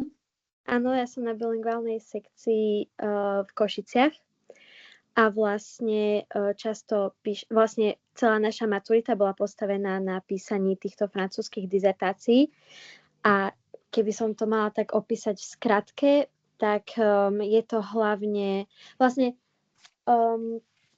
písali sme dizertáciu s nejakým sujet, na ktorý sme vlastne museli vymyslieť alebo vytvoriť si našu problematiku, na ktorú my našou dizertáciou odpovedáme. Odpovedáme ňou tézou, čo je vlastne pozitívna odpoveď na našu problematiku, antitézou, čo je negatívna odpoveď a potom syntézou, čo je vlastne také možno zhrnutie odpovede a potom máme konklúziu ako záver. Je to o dosť iné ako napríklad slohy alebo eseje, ktoré sa píšu na slovenských školách, čiže bez tréningu alebo tak, musím povedať, že by to bolo dosť náročné sa pripraviť na takýto francúzsky štýl, keďže by som povedala, že je špeciálny a vlastne ide o hľadanie argumentov možno z našich vlastne connaissances, našich vedomostí, alebo potom často sú zamerané tieto argumenty na texty, rôzne filozofické hlavne, z ktorých vlastne potom hľadáme argumenty pre tieto tézy a antitézy. Ďakujem veľmi pekne, aby som pri tejto príležitosti len doplnila vlastnú skúsenosť z vysokej školy, kde nás tiež trošičku cepovali, ale po tej formálnej stránke. Ja by som to priblížila k tomu, že na nejakú danú tému bolo treba pripraviť najprv plán, hej? Čiže nejakú v bodoch osnovu. Na ten plán sa do nejakých odsekov rozobrali podrobnejšie jednotlivé body a potom sa až písala celá tá dizertácia. To je po tej formálnej stránke. A je možné, že vlastne vás ako cepujú, že keď nemáte ten plán, hej, že chýba niekomu ten plán, tak už akože za to sú strhnuté body alebo tie paragrafy. Hej. Čiže je kostra, potom sa nalepujú svaly a nakoniec tá koža, ako keby na to telo po tej, hovorím, formálnej stránke. Takže aby ste tam netrpeli, určite je možné nájsť nejaké veci aj na internete a možno, že poprosiť tých francúzskych spolužiakov, lebo naozaj to môže byť niečo, čo v tomto odbore vám dosť, pokiaľ nie ste z tých bilingválnych sekcií alebo teda francúzskej školy, skomplikovať život. Možno, že v tých technickejších odboroch nepredpokladám, že by sa na toto písalo, ale tie humanitné smery asi v každom jednom bude niečo. V medicíne asi nepíšete dizertáciu, Laura. Dobre. Tak ste ma utvrdili. Dobre, a ešte sa vrátim k Natálii. Asi tiež máte otázku nejakú? Áno, ja by som sa chcela opýtať Marka, pretože lebo sa hlásim vlastne na Sciences Po do kampusu do Dijonu. A chcela by som sa opýtať na ten pohovor, na tie prijímacie skúšky, či máš niečo, na čo by sme sa my, čo sa chceme hlásiť, mohli vyhnúť pri odpovedi, alebo naopak, čo je niečo, čo hodnotia veľmi pozitívne vlastne porota. No, čo týka sa, neviem, či sú spísala alebo odovzdala teda ten svoj file, čo sa týka teda application, ale hovorím, naozaj vedieť o tom, čo ste písali, lebo viem, že jednému známemu sa stalo, že tiež sa hlásil a vôbec si nepozeral pred tým samotným pohovorom to, čo písal a pýtali sa napríklad, lebo ja keď som ešte v Lani ja si podával, tak tam treba písať takúto esej alebo nejakú úvahu na nejakú tému. A pýtali sa na konkrétne teda jeho argumenty v tej eseji. A on nevedel proste odpovedať, lebo sa nepamätal, čo písal pred 2 mesiacmi konkrétne. A práve to bol dosť taký veľký moment, že mu povedali, že bohužiaľ. Takže určite vedieť, čo ste napísali, alebo čo si napísala v tej samotných tých fajloch. A potom hovorím, že ak ideš na konkrétny kampus, tak si pozrieť nejaké aktuality, čo sa týka toho zamerania toho kampusu. Že ak teda ideš do Dijonu, Dijon tuším je Eastern Europe, tak určite si pozrieť nejaké aktuality, že čo sa deje na Slovensku, Maďarsku podobne, lebo na to sa pýtajú. Ale aj čo sa týka aj historické nejaké fakty, nejaké základné veci by bolo dobre vedieť. A inak, neviem, akože ja som sa na to strašne dlho pripravoval. Fakt, že mesiac som proste sa učil všetky proste slovíčka po francúzsky všetko a nakoniec to bolo fakt, že taký priateľský rozhovor, že ani sa moc nepýtať až tak nejaké znalosti o nejaké veľké otázky, takže závisí to veľmi od toho človeka, koho dostanete. Že naozaj proste, že veľmi to závisí od toho, koho máte, ale hovorím, aj čo sa dá pripraviť, tak pozrieť si veci o sebe, čo ste písali, aby to nebolo nejaké blbosti a zároveň pozrieť si, keď je nejaké zameranie, že nejaké základné fakty a určite aktuality, lebo viem, že ja som jednu otázku, to bolo asi 2 dní potom, čo bol Fico v Moskve a pýtali sa tam, že aký má to názor a že čo teda viem o tom povedať podobne. Určite tam boli také 2 otázky na to, takže pozrieť si aktuality, ktoré boli pár dní predtým, takže asi tak, ale porozmýšľam ešte, aké viem, tak kľudne mi dajte vedieť a ja veľmi rád potom aj dám neskôr vedieť. Ja by som možno nadviazala na Marka v tom, že priateľský rozhovor, že určite je nejakým spôsobom dobré zanechať dobrý dojem na členov komisie. A to je to, že dobre sa porozprávať, čo sa ľahko hovorí, keď je človek vystresovaný, ale nejakým spôsobom možno, že po tých pár otázkach sa človek tak odpúta od toho stresu a už možno, že potom sa to prejde do tej roviny. Hej. Presne tieto obrázky môžu byť niečo, čo môže zablokovať toho uchádzača a potom to môže presne zanechať ten nedobrý dojem na tú komisiu. Takže ja niekedy aj tak povzbudzujem tých študentov tak náhodne si vyberať nejaké tieto obrázky. Teda pán Macek hovoril, že sú to väčšinou umelecké obrázky. Ja som myslela, že je to skôr niečo z tlače, akože z novín, nejaké aktuality, ale teda, že skôr sú to umelecké obrázky, takže možno, že sa tak vyskúšať, hej, že námatne si vyberať nejaké také aj známejšie, menej známe diela, že či by som vedel o tom niečo porozprávať. Marko, neviem, ty si Van Gogha, čo prosím ťa o ňom rozprával? Do nejakej doby si ho zakomponoval? Alebo... Teraz ma napadlo, už neviem, aká konkrétna historka to bola, ale určite zobrať ten samotný opis obrázku tým smerom, ako to je vám dobre. Že nie je tam nejaká správna odpoveď, že teraz nie ste na angličtine, opisujete proste farby a neviem čo, nejedná sa o to. A keď uvidíte nejaký element, ktorý viete spojiť s niečím, čo ste robili počas vašej kariéry, alebo teda vašej školy, alebo podobne, že máte nejakú dobrú historku, že uvidíte nejaký text na stole, alebo nejaký papier a vy to môžete spojiť s tým, že neviem, že ste boli nejaké olympiáde, že aj tam to bolo takto a podobne. Že to bolo, viem, že super, tam na to napadlo, že ja som to nejak spojil s niečím, čo som robil predtým a videl som na nich tvár, že bolo to očividne jasné, že majú otázky na to a potom hneď ako som dokončil som monolog, sa na to pýtali. A tým pádom prídete nejakým takým otázkam, na ktoré nie ste pripravení a prídu otázky, ktoré teda sú o vás a o vašom živote a na ktoré snáď je ľahšie odpovedať ako nejaké fakty v histórie. Tým pádom určite zobrať ten samotný opis obrázku. Nehovorím, že celkovo, že teraz uvidíte jednu vec a o tom teraz hovoríte 10 minút, ale robiť nejaké basic opisy a potom ísť tým smerom, že aha, vlastne ma napadlo, že toto súvisí s tým a ja som sa učil toto, o tom a podobne. Takže toto je podľa mňa taká, že asi najväčšia rada, čo sa týka toho interviu. Ďakujem pekne. Možno, kým sa osmelia ďalší študenti, tak by som sa Lauri opýtala, či má nejaké rady, ako sa pripraviť na ten test, hej, po prvom ročníku, na tie skúšky ťažké, že čo tam je také, či existuje vôbec nejaká rada, hej? Ja by som rada povedala dve veci. Prvá vec ešte ku tým disertáciám, že vlastne, teda ja som ich písala, ja som vlastne najprv bola na slovenskej škole a potom v 7. triede som išla do tej francúzskej, takže tiež akože, keď nepoznala som predtým vôbec ten francúzsky systém ani nič. A vlastne ja som tie disertácie písala už asi, že od 7. ročníka, lebo oni aj na prírodovede sme proste museli písať, tiež testy boli, že nám dajú jednu vetu a teraz presne trebalo písať 4 strany minimálne o tej tematike.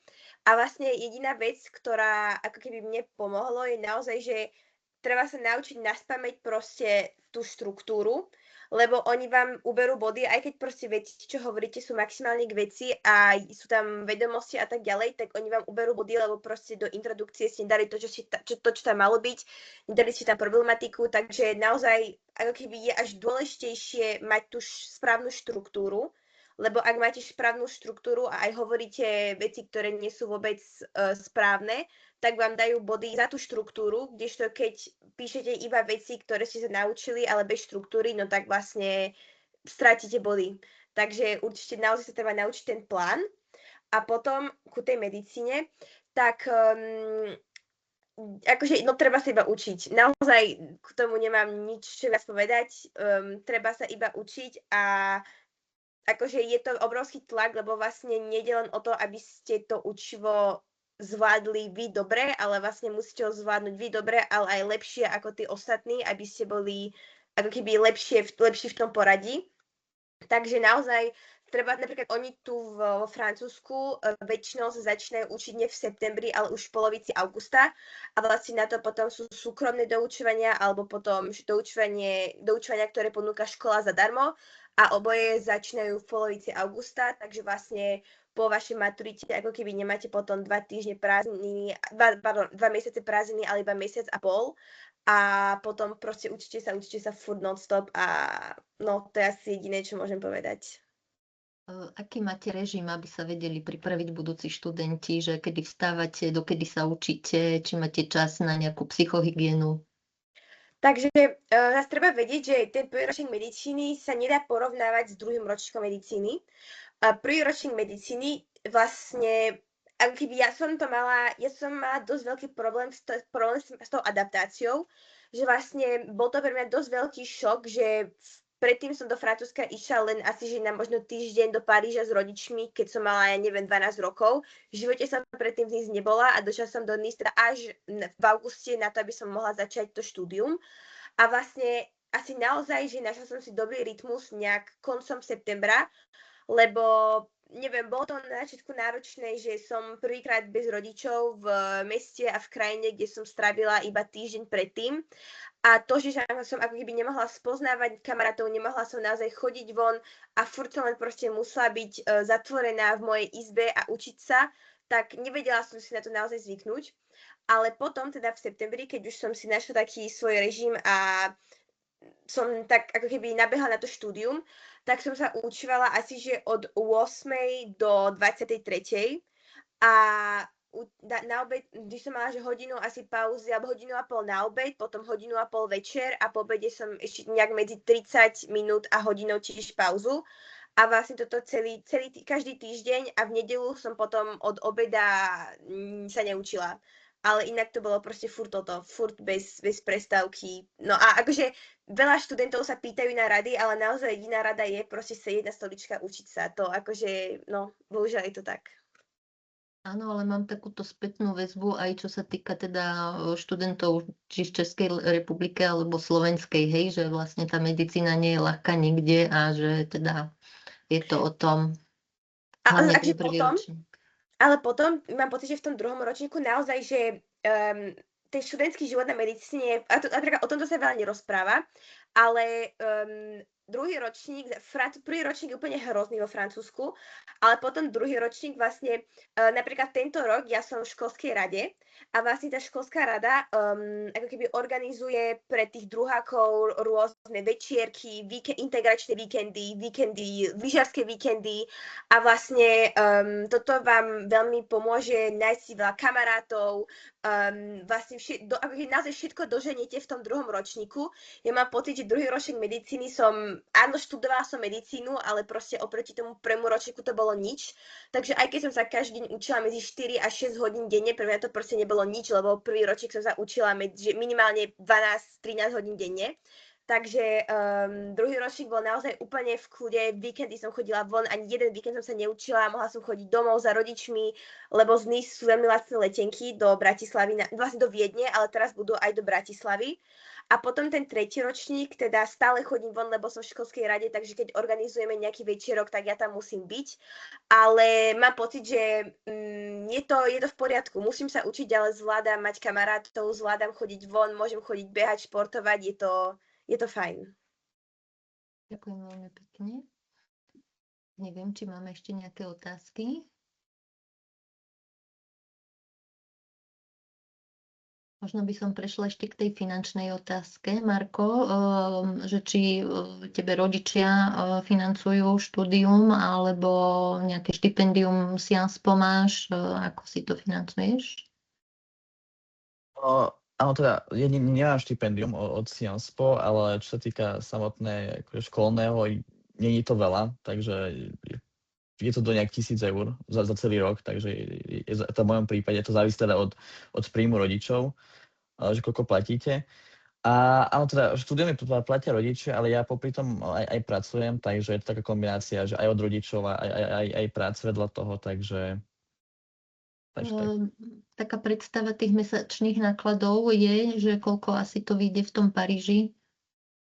Veľmi to závisí od toho ubytovania, ako ste vy spomínali tie prezentácie, že naozaj, ak najete a máte šťastie byt do okolo 600 eur, alebo teda samotný krúz za pár stoviek, tak je to super a zmestíte sa celkovo určite po 1000. Ale hovorím, že v prípade, že bohužiaľ nemáte šťastie, neviete sa na ako obrátiť a ako nájsť ubytovanie, ako to bolo aj v mojom prípade, keďže som nevedel sa kde ubytovať, tak ja platím za ubytovanie, ak sa nemýlim, nejak 900 eur alebo 1000 niečo za ubytovanie a čo sa týka nákladov, tak je to poviem ako takých za jedlo tak 400 a plus takých 150 minimálne popri tom teda, lebo samotné čo sa týka Bež, ako cenovo je to plne podobne, neviem, plne to aj ty vidíš, Laura, že v obchodoch je to plne ešte aj lacnejšie ako na Slovensku, že nie je to akože nič moc, ale potom samotne, keď idete akože von s kamošmi, alebo tak do reštiky, alebo na nejaký drink, tak to už sú náklady, ktoré bohužiaľ sú dosť veľké. Takže to závisí presne toho, že kto si koľko vie dovoliť, takže to už. Ja by som možno ešte k tomu ubytovaniu. Vo Francúzsku je taký label Bienvenue en France. Je to možno ako keby, že značka kvality zabezpečovania nejakých služieb pre zahraničných študentov, ktoré francúzske univerzity môžu získať a nemusia. Ale teda ak sa hlásite na nejakú univerzitu, ja som mala prípad jednej študentky a jej maminy, ktorí mi volali, že nevedia nájsť ubytovanie konkrétne v Dijone, hlásili sa na univerzitu, nie na Sciences Po a mali problém, že nemohli nájsť garanta a teda tá štátna záruka, ktorá existuje, tak konkrétna agentúra, ktorá sprostredkovávala to ubytovanie, nechcela akceptovať, takže v podstate boli v takom začarovanom kruhu. Tak ja som pozerala, či tá univerzita nie je v tej kategórii s tým, neviem ako to preložiť, či to je značka kvality, ale skrátka v tej kategórii Bienvenue en France a našla som na teda ich stránke v kategórii medzinárodných vzťahov, že tento label získali a že teda sa zavezujú v rámci toho pomôcť tým zahraničným študentom aj s ubytovaním. Majú vlastnú platformu, kde nájdete len overené ponuky ubytovania a v prípade, že je problém s garantom, tak tá platforma alebo tá agentúra sa kvázi zaručila za toho študenta. Hej, takže v podstate stačilo ísť na stránku tej univerzity a kontaktovať medzinárodné oddelenie. Takže toto je tiež jedna z možností, ktorú odporúčam, že určite sa obrátiť aj na zahraničné oddelenie univerzity, na ktorú budete v konečnom dôsledku prijatí. Ešte možno také varovanie pred tými ponukami cez Facebook a podobne. Naozaj sme mali veľmi veľa prípadov podvodných v obidvoch smeroch, keď Francúzi išli na Erasmus na Slovensko a zaplatili ubytovanie vopred a nevideli už ani peniaze, ani ubytovanie, ani toho človeka, čo to kvázi ako keby sprostredkovával. Takže častokrát to funguje tak, že ku nám stážisti, čo idú do Bratislavy, alebo kolegovia na také dvojročné kontrakty, čo chodia, tak si prenajmú lacné ubytovanie, nejaký hostel a hľadajú si ubytovanie na mieste, čo umožní aj navštíviť ten byt. Hej, vy keď si hľadáte na diaľku, tak vy vidíte nejaké fotky, ale proste neviete v reáli, že ani presne to situovať, hej, že v akej štvrti možno, že trošku na mape, ale hlavne neviete, či je to overená ponuka alebo nejaký podvodník. Takže naozaj treba byť veľmi, veľmi opatrný a hovorím skôr cez tú univerzitu ísť ako takto cez facebookové skupiny. Marko má nejakú skúsenosť?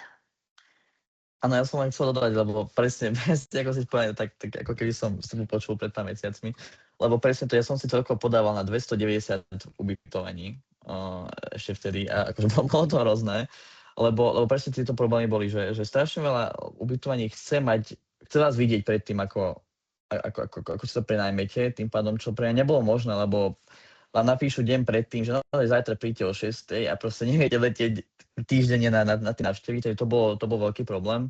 Takže určite, ak viete dopredu dať nejaký fixný týždeň alebo pár dní, kedy viete prísť a viete sa nejak prejsť. A potom neviem, ako tu bola tá otázka na ten kampus v Dijone alebo na Sciences Po a podobne, tak určite by som sa obrátil na študentov, ktorí tam už sú, hlavne akože mimo Paríža, alebo teda na týchto malých kampusoch, malých mestách, lebo viem, že napríklad v Reims sú také že veľké byty, ktoré sú, dá sa povedať, že také že národné, že napríklad viem, že jeden byt, kde tak už asi 8. maďarská generácia je, že stále iba maďarskí študenti tam bývajú. Viem, že aj Češi majú také v Reims, že už asi 4. Čech tam je vlastne po sebe.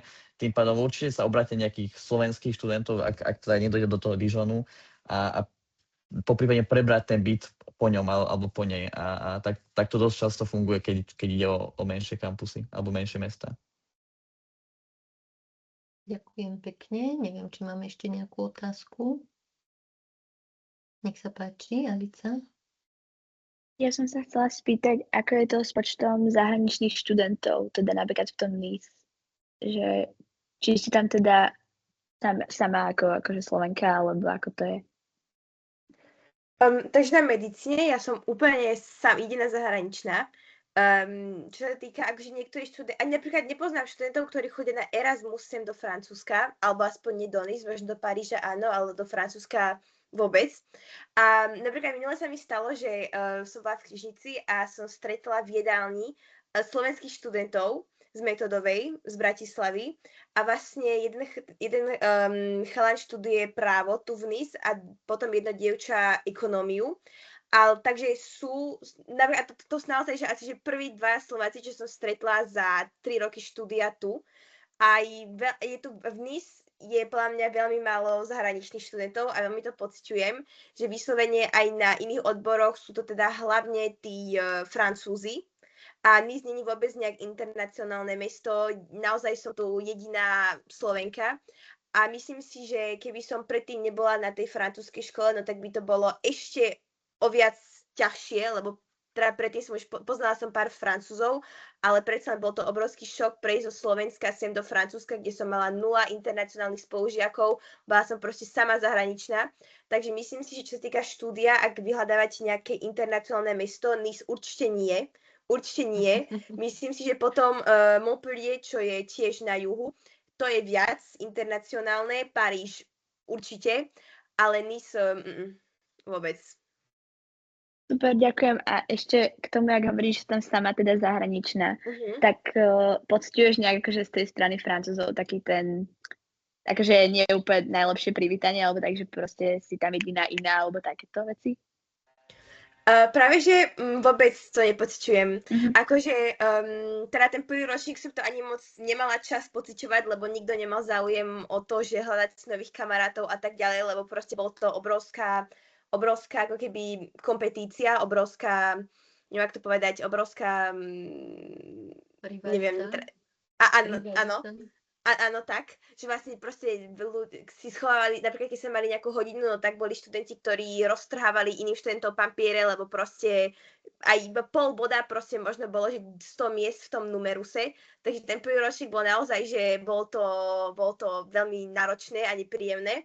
Ale potom v druhom ročníku naozaj všetci boli úplne milí, všetci boli spokojní, že už konečne majú ten tlak z toho prvého ročníka.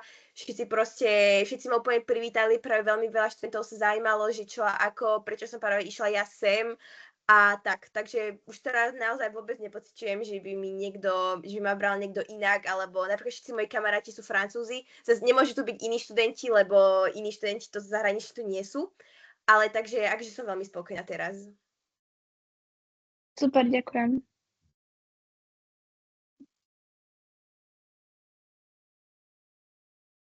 Ešte nejaká otázka, aby sme nezdržovali študentov, ktorí sa musia učiť asi?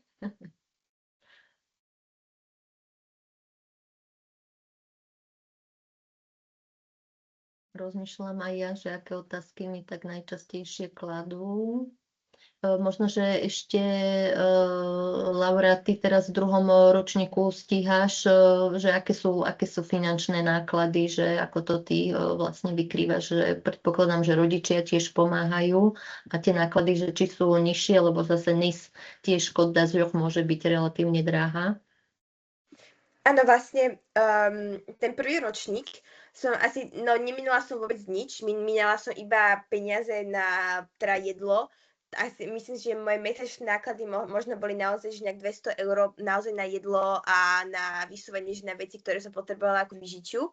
Potom v druhom ročníku sa to brutálne zmenilo, lebo proste som začala chodiť von, mala som kamarátov a naozaj napríklad v Bratislave, čo považujeme, že je veľmi drahý drink za 15 €, proste tuto je to úplne štandard, lacnejšie to nie je. Takže teraz, a tiež čo sa týka nájmu, vlastne lacnejšie nájmy sú tie, ktoré, oni to nazývajú, že by étudiant. To znamená, že ako keby prídete v septembri, ale potom ten majiteľ chce ten byt naspäť v máji, aby v lete mohol robiť Airbnb. A vlastne to napríklad pre mňa bol problém, lebo minulý rok som tiež našla celkom lacný nájom na Nice. Platila som nejak 600 € mesačne. ale tiež bol to by étudiant a vlastne pre mňa to veľmi obťažovalo, lebo moje skúšky boli až po máji a vlastne oni chceli, aby som opustila môj byt a ja nemám rodičov, ktorí bývajú v nejakom meste pri Nice, takže vlastne asi najekonomickejší nápad bol investovať do nejakého bytu tu v Nice. Takže vlastne teraz moji rodičia sme kúpili byt, ktorý bude mať teraz 6 rokov až do konca môjho štúdia, lebo vychádza to oveľa lacnejšie ako prenajmať byt proste až 6 rokov za 800 eur mesačne. A takže jedlo tiež, ako povedala Marko, mám pocit, že to je to také isté, možno ešte lacnejšie ako na Slovensku, ale myslím, že teraz môj rozpočet, ak dávam elektrinu, aj jedlo, aj chodenie von, tak myslím si, že aj keď si napríklad si mi skúpiť nejaké oblečenie alebo niečo také, tak myslím si, že za mesiac míňam nejak 600-700 mesačne, čo je veľa, ale bohužiaľ, tak. No ale to je aj s tým nájmom? Nie, teda vlastne teraz je to bez toho môjho nájmu, iba napríklad s elektrinou, čo platím za telefón, potom čo platím si teda za moje nákupy, keď niekam idem a tak ďalej. OK. Takže, no. Dobre, a možno by som sa ešte vrátila k tomu prijímaciemu procesu. Prihlášky išli cez Parcoursup na medicínu a teda koľko prihlášok ste si asi posielali? Ja som si dala úplne maximum. Tiež ja som si dala 10 asi, že myslím, že na medicínu to bolo 10, už to presne nepamätám, ale dala som si všade do Nice, dala som si aj na Sorbonne, dala som si úplne všade, ale vlastne tiež ako keby bola som všade prijatá, bola som prijatá do Paríža, do Bordeaux, do Lille, do Marseille, ale vlastne rozhodla som sa tu pre Nice, lebo vlastne bolo to strategicky najvýhodnejšie, že málo študentov malo záujem o medicínu a vlastne bolo to najjednoduchšie prejsť do toho druhého ročníku. Takže no je to... Aj to spojenie áno, letecké presne je tak. tam vlastne dobré. Áno, hej, presne. Dobre. Tak neviem, študenti, že či máte ešte nejaké otázky? Áno, nech sa páči, Richard. Dobrý deň, ja mám otázku na Marka, teda, že ohľadom toho Sciences Po, ako je to s tým voľným časom napríklad popri štúdiu, lebo viacerí ľudia mi hovorili, že moc tam toho voľného času není, že to je non-stop štúdium a že teda či máš čas skočiť aj do Louvru alebo tak. V Louvre som ešte nebol, to je pravda. Ale ako hovorím, že strašne to závisí, že aký má človek základ a z akého gymnázia teda ide. Ľudia, ktorí prichádzajú z toho francúzskej školy, alebo aj tí medzinárodní študenti, ktorí tu sú a mali za sebou tú francúzsku školu, tak tí mali relatívne, dá sa povedať, že viac toho voľného času, ale hovorím, ja som presedel celý september, celý október v knižnici, takisto ako tá Laura hovorila, že od rána do večera, alebo bohužiaľ, hovorím, pre mňa to bolo hlavne tá francúzština, keďže ja som nemal nejaké veľké francúzske základy a plus teda dizertáciu a všetky tie formality ohľadom toho. Takže pre mňa to bol ten september, október a potom skúškový celý december teda v knižnici. Takže bol to dá sa povedať masaker z tohto hľadiska, ale aspoň čo sa týka bakalára a tu v Paríži, tak viem, že ten prvý semestr je najťažší, aspoň to sa hovorí, že potom už to je lepšie, lebo ten druhý semestr máme trocha menej hodín a dalo sa už vyberať to samotné zameranie, že zatiaľ hovorí, že to bude lepšie, uvidíme, odpoviem na to asi až koncom mája. A potom v druhom ročníku sa už teda dá aj teoreticky učiť po anglicky niektoré predmety, tuším, a je to teda už zameranie viac, takže akože je tu voľný čas a hlavne povedať, čo je super, že tu v Paríži strašne veľa akcií sa deje non-stop každý deň. Takže ja čo zvykám robiť, že keď mám nejaký čas medzi hodine alebo niečo, tak iba na samotnom kampuse sa u nás deje minimálne 10 konferencií denne alebo 10 nejakých stretnutí a podobne, čo je mega. Takže keď človek má nejaké hodinku, dve medzi hodinami, si zájsť na nejakú zaujímavú diskusiu, debatu a podobne, tak dá sa ísť. A rovnako aj strašne veľa koncertov je za relatívne veľmi lacno, že sú školské kluby, ktoré ponúkajú mega dobré nejaké koncerty alebo vystúpenia za pár eur, za 5 eur, povedzme. Takže zvykám chodiť von, ale nie je to akože moc zatiaľ aktívne, čo sa týka školského života, a hlavne tak, že popri tom aj pracujem, takže veľmi závisí, že ako sem človek príde. Ak sem príde s tým, že prichádza z francúzského gymnázia, má tie základy, vie, ako to funguje a je pripravený sa toľko učiť po francúzsky, tak to nie je až také hrozné ako pre niekoho, kto je totálne nový v tomto celom. Takže závisí od aké máš pozadie.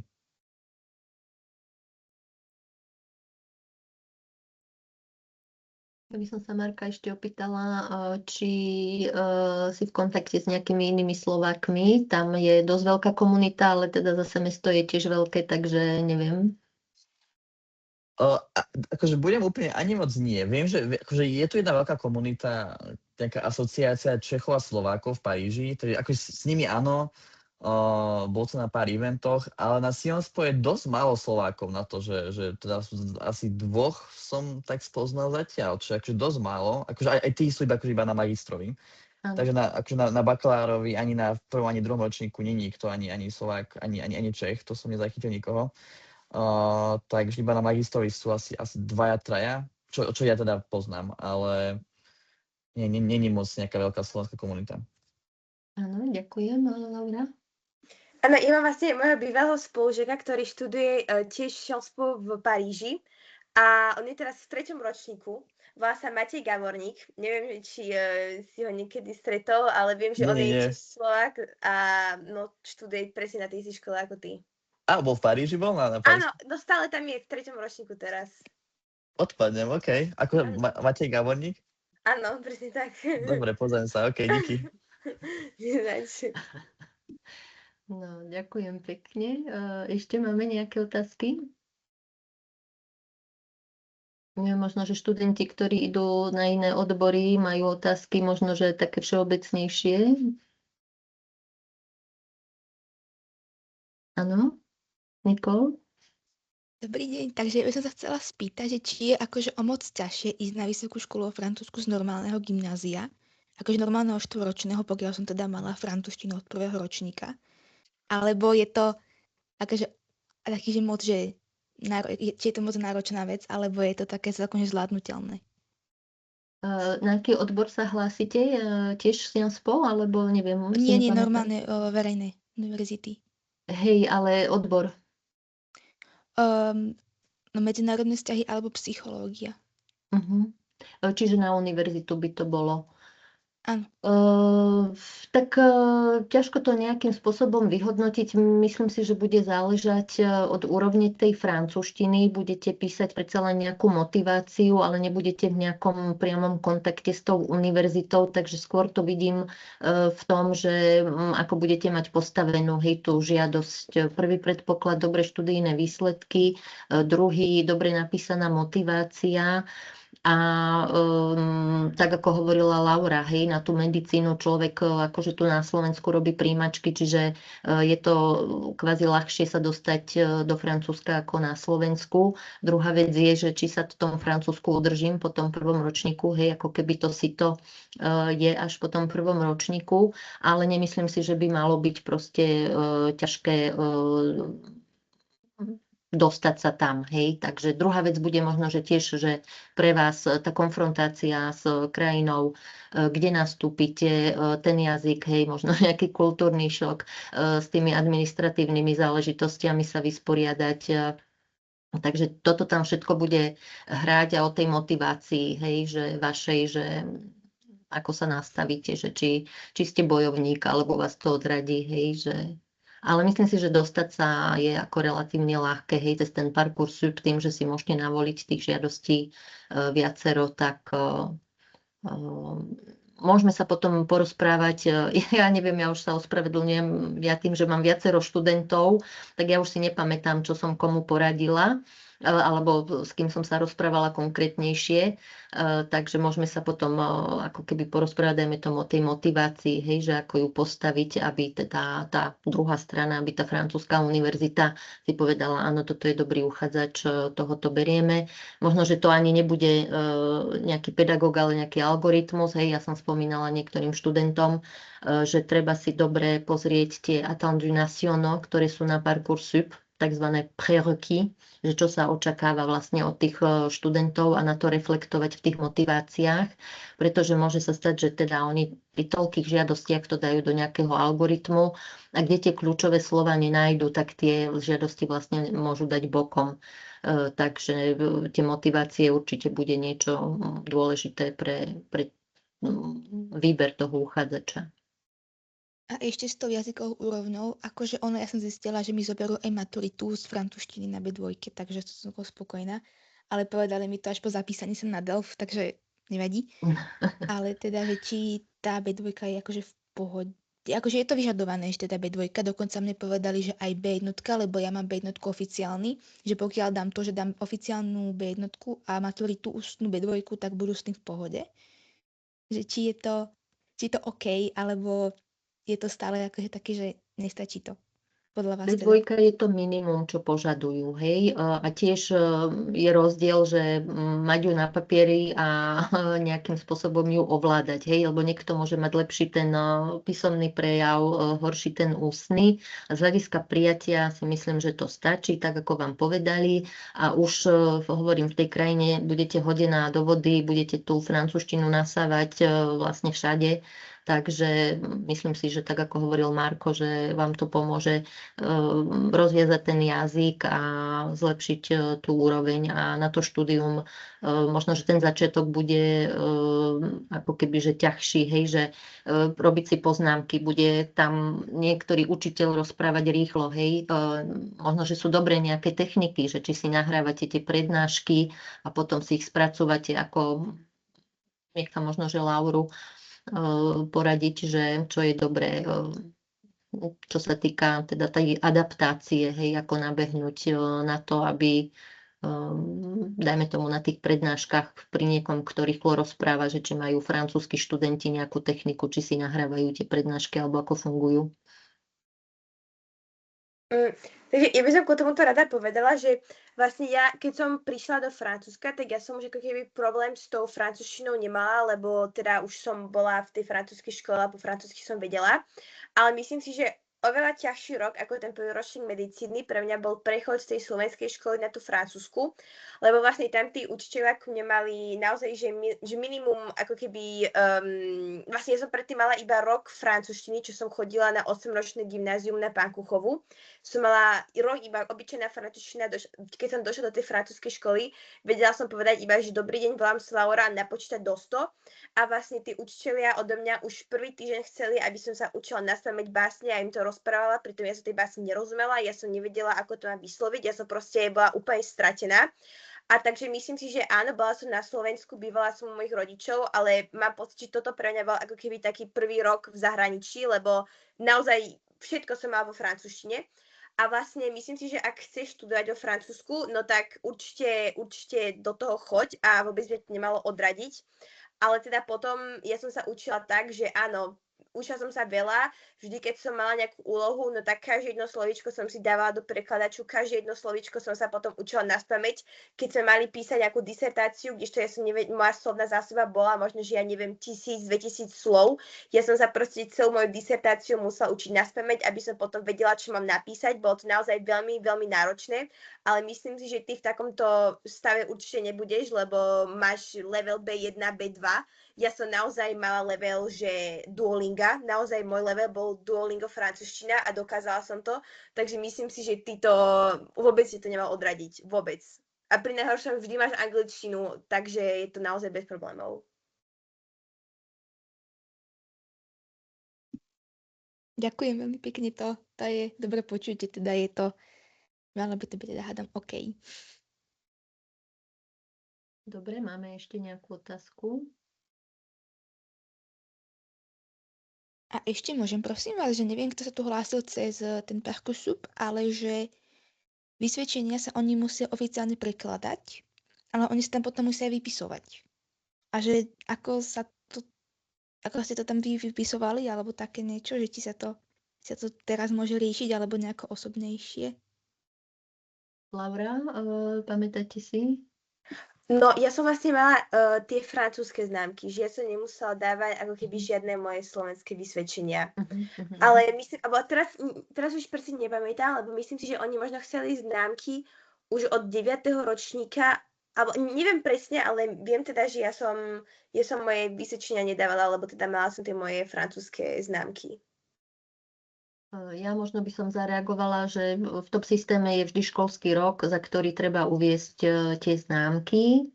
Vy prepisujete tie slovenské, ktoré máte. Máte tam možnosť zadať, že autre, takže tú stupnicu je tam dobre vysvetliť, že je to hodnotenie od 1 do 5 a ktorá známka je najlepšia, keďže niektoré krajiny to majú naopak.